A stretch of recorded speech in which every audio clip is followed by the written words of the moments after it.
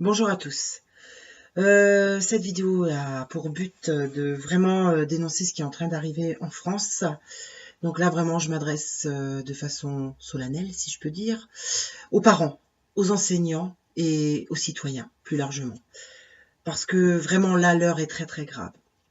En fait, depuis un certain temps sur cette page, nous dénonçons les droits sexuels, puisque on en a déjà parlé, l'IPPF, qui dénonce les droits sexuels. Mais d'autres personnes l'ont fait, comme Marion Sigaud, historienne, ou comme Ariane Biléran, qui est psychoclinicienne, qui a essayé d'alerter l'opinion par ses livres et aussi par des vidéos que j'ai partagées et relayées ici.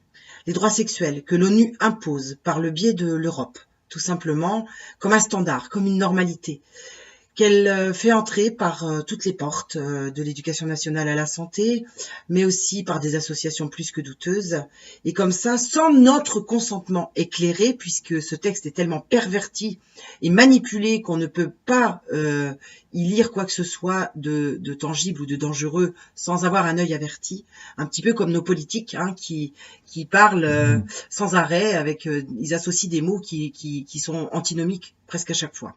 Ce texte est totalement perverti, personne n'a vu le danger arriver et ainsi il s'infiltre sous prétexte d'égalité et de la santé publique. Alors il parle de quoi ce texte? Il parle de la sexualité de nos enfants, Enfin, avec ce mot, vous comprenez bien qu'il est incompatible. C'est pas possible qu'on puisse y avoir une quelconque compatibilité entre ces deux mots. Alors, l'éducation à la santé, voilà aussi ce qui arrive donc dans vos écoles, dans nos écoles, et ceci déjà en grande section. J'en veux pour preuve de l'Académie de Grenoble. Je vous laisse en prendre conscience et le lire. Je crois que voilà, vous pouvez faire une capture d'écran et vous lirez. Je lis cycle 1, grande section. Le corps, identifier les ressemblances et les différences entre le corps des garçons et celui des filles. Nommer les parties du corps et notamment les OGE, c'est-à-dire, lisez bien, organes génitaux extérieurs. Découvrir les 5 sens et le plaisir qu'ils suscitent. Les modes d'expression, les émotions. Identifier les différentes émotions, travailler sur différents modes d'expression, mimiques, mots et gestes. Repérer les émotions sur soi et les autres. Je rappelle qu'on parle de éducation à la sexualité. Ensuite, la naissance, comprendre le processus de la conception, repérer la nécessité des deux parents de filiation obligatoire. Nous sommes en grande section, les enfants ont donc 5 ans. Je continue, dimension sociale de la sexualité. Exprimer ce que l'on fait pour montrer qu'on est une fille ou un garçon. Ouais, vous entendez bien. Prendre conscience de la diversité des modèles parentaux. Ça veut dire quoi, la diversité des modèles parentaux? Si on a un père qui est une mère, si on a un transgenre, c'est quoi un modèle parental? Et la différence des modèles parentaux. Je voudrais qu'on m'explique. Prévention des violences sexuelles. Repérer, exprimer les émotions et les ressentis désagréables et agréables. On parle bien de l'éducation sexuelle. Exprimer les émotions et les ressentis désagréables et agréables. Faut qu'on m'explique dans la sexualité d'un enfant quel outil va être utilisé pour que l'enfant, par rapport à la sexualité, puisse dire ce qui est agréable ou désagréable. Là, je me pose vraiment la question. Ensuite, repérer ou exprimer les personnes ressources. 5 ans, les enfants ont 5 ans. Amorcer la réflexion autour des situations où l'on peut devenir auteur de situations désagréables. Voilà. J'ai envie de te dire que c'est déjà désagréable pour toi l'instit qui en parle. Ça devient intrusif et ça devient limite quand même dangereux. Je ne sais pas si quelqu'un s'en rend vraiment compte. Donc, ces standards de l'Europe, en fait, voudraient presque nous indiquer que l'enfant est un adulte dans sa sexualité. À 5 ans, bien sûr, c'est tout à fait normal. Et il devient aussi le partenaire sexuel, si je comprends bien. Si on considère qu'on peut lui en parler à l'âge de 5 ans, les standards sexuels, toutes ces choses-là. Donc, il devient un partenaire sexuel. C'est ça la vraie vérité. Qu'est-ce que c'est, en fait Moi, je me pose la question. Ensuite, il devient aussi, si je comprends bien, on en est arrivé à faire croire aux parents, en fait, que c'est normal. Qu'une ineptie pareille est normale, qu'il n'y a pas de danger derrière. Il n'y a aucun danger. Alors, c'est venu par qui? Dans quel but? Quel est l'intérêt de faire découvrir ça à nos enfants de 5 ans? Faut qu'on m'explique. Ensuite, excusez-moi, c'est là où on nage vraiment en plein délire. C'est une dérive. Mais une dérive terrible, c'est grave, c'est très grave ce qui est en train d'arriver. Est-ce que les parents vont se réveiller? Est-ce que les professeurs vont se réveiller? Parce que c'est dans toutes les classes. Là, je vous parle que des maternelles. Parce qu'après, quand on lit en CM2 ou ailleurs ce qui va se passer, vous allez voir, c'est encore pire.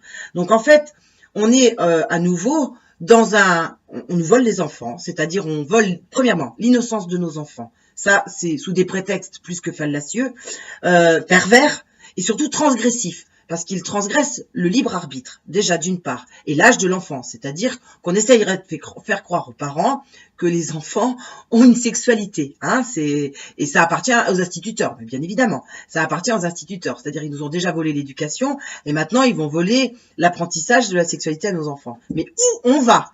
Où est-ce qu'on va? Je suis mais atterrée de lire des trucs pareils. Donc on continue sur le fait que on va faire croire donc à nos enfants que la sexualité concerne des enfants de maternelle. Mais qui a transgressé? L'IPPF, l'ONU, le gouvernement français bien évidemment, puisque il impose à l'éducation nationale comme un standard, hein, c'est un standard, c'est normal, tout va très bien, voilà, il faut qu'on parle de ça. Alors ça va rentrer aussi par des intervenants extérieurs, donc la question est qui sont les intervenants extérieurs, c'est très inquiétant. Est-ce qu'on va mettre des pédophiles? Est-ce qu'on va mettre des gens qui connaissent parfaitement le sujet? Je ne sais pas. La différence est fondamentale quand même entre la nature d'un enfant et celle d'un adulte, parce que l'enfant n'est pas un adulte sexualisé, n'est pas un mini sexualisé. Vous voyez, c'est pas possible, hein. C'est pas entendable, c'est pas audible. Vous comprenez bien. Donc, l'école finalement finit par déplacer l'image du père et de la mère, et donc on lui vole son rôle d'éducateur à nouveau, et cela dure depuis des décennies. Et maintenant, on parle des droits sexuels dans une école avec des enfants en maternelle. Je viens de vous lire ce qu'il en était. Donc, moi, je sais pas si on va bouger. On voit qu'il y a énormément d'affaires de pédophilie qui sortent, notamment par des instituteurs. Ils sont quand même pléthores. Dans le sport, on en voit beaucoup. Il y a quand même des associations qui sont montées pour défendre ça. Il n'y a pas de justice puisque derrière, ces pédophiles ne sont pas punis. Donc, je sais pas, faites les liens dans votre tête et essayez d'imaginer ce qui va se passer dans 5-6 ans avec ce qu'on est en train de nous apposer en France sur les droits sexuels, en nous disant que, voilà, bon, faut qu'on soit révolutionnaire, hein, je pense qu'il faut qu'on soit révolutionnaire. Donc aujourd'hui, on n'a pas de justice, on a des violeurs dans les écoles, on a des violeurs dans les prêtres, on a des violeurs au niveau de tout ce qui est la science sociale, il en existe, il y a des gens qui dénoncent, et on est en train de nous dire que dorénavant, à l'école, on enseignera les droits sexuels à nos enfants. Mais où on va? Où est-ce que l'on va? Est-ce que quelqu'un va réagir dans ce pays? Est-ce que les gens vont comprendre que là, mais c'est la dernière marche. On est en train d'entrer dans une société d'une perversion sans nom. C'était déjà le cas, on est déjà dans une violence terrible, on est déjà avec des enfants qui sont déjà complètement destroy par la pédophilie, et maintenant on la fait rentrer dans l'école. En clair, c'est ça qu'on nous annonce. J'aimerais vraiment que les gens prennent conscience de ce qui est en train d'arriver, et quand on me dit c'est pas vrai, ça n'existe pas, si, il y a des vidéos, il y a des gens qui vous expliquent les choses, vous ne pourrez pas dire que vous ne saviez pas, parce qu'aujourd'hui c'est en train de rentrer dans notre pays, c'est en train de rentrer chez nos enfants. Et je voudrais que vous compreniez bien qu'un enfant qui est détruit au niveau de sa sexualité, au niveau de ses repères, et que on empêche de rester un enfant et de se construire lui-même et via sa famille, eh bien, on est en train de détruire l'humanité tout entière, parce que n'en doutez pas, c'est dans tous les pays que c'est imposé, et ça passe comme ça, c'est des droits, c'est pas une loi, ce sont des droits qui sont au-dessus de la déclaration des droits de l'homme. Donc comprenez bien ce qui est en train d'arriver, parce que c'est extrêmement grave dans notre pays, et j'espère vraiment que cette vidéo va être relayée partout. Il faut que les parents retirent leurs enfants de l'école, il faut vraiment que les parents fassent pression d'urgence, c'est une urgence vitale, j'ai envie de dire, aujourd'hui, pour que ça bouge. Je vous remercie de votre attention.